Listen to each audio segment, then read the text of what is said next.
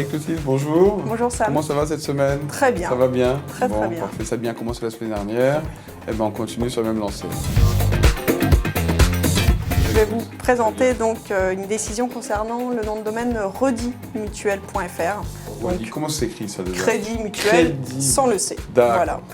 Un exemple de typo-squatting qui est intéressant en fait quant à ses incidences pratiques. On regarde notamment de la surveillance qu'on peut faire en matière de réservation de nom de domaine et les conseils que l'on peut proposer à nos sociétés à ce sujet. Donc je procède à un bref rappel des faits. La réservation donc, du nom de domaine litigieux a été effectuée en décembre 2009 par une personne physique française.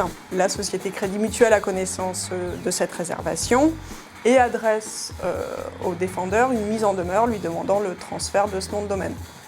L'adresse qui a été fournie sur la fiche WIS est erronée, du coup la lettre de mise en demeure retourne au requérant qui lui adresse cette lettre par email, mais ça reste sans réponse, d'où le dépôt d'une plainte auprès du centre d'arbitrage de l'OMPI.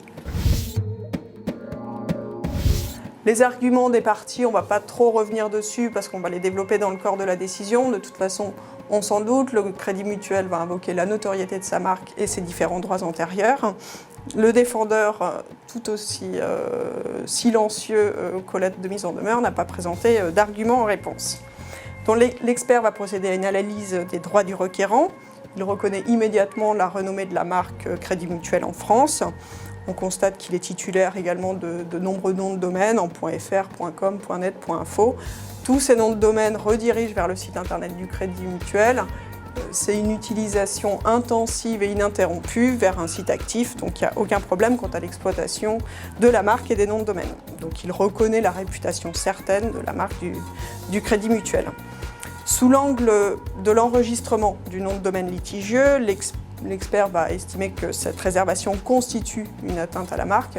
Évidemment, la seule suppression du C en lettre d'attaque ne suffit pas à écarter le risque de confusion. On est en présence d'un acte de typo-squatting, il le reconnaît sans problème.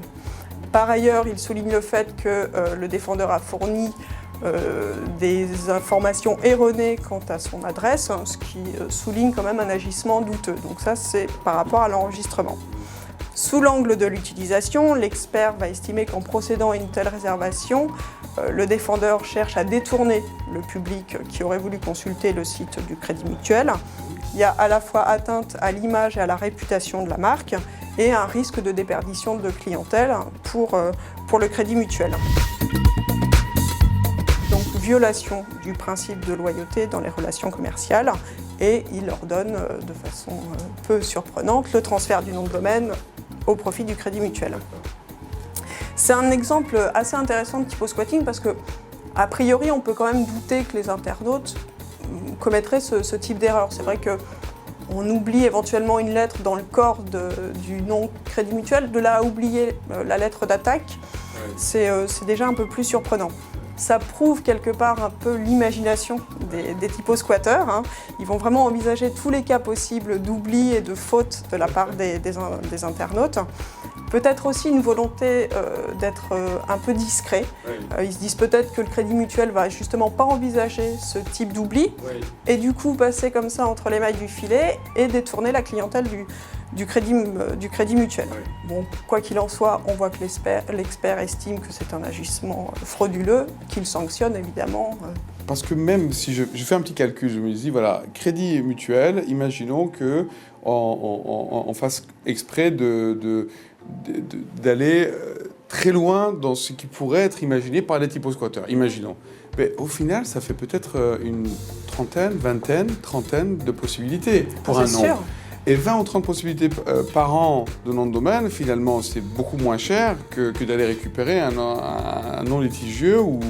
Parce que une procédure complète comme ça doit quand même, dans la balance, ça doit quand même, pour une société, au final, ça doit quand même peser. Donc, vaut mieux certainement avant de dire, voilà, allez, poussons un peu le bouchon plus loin, on va prendre avec 2 C, avec 2 R, avec 2, etc.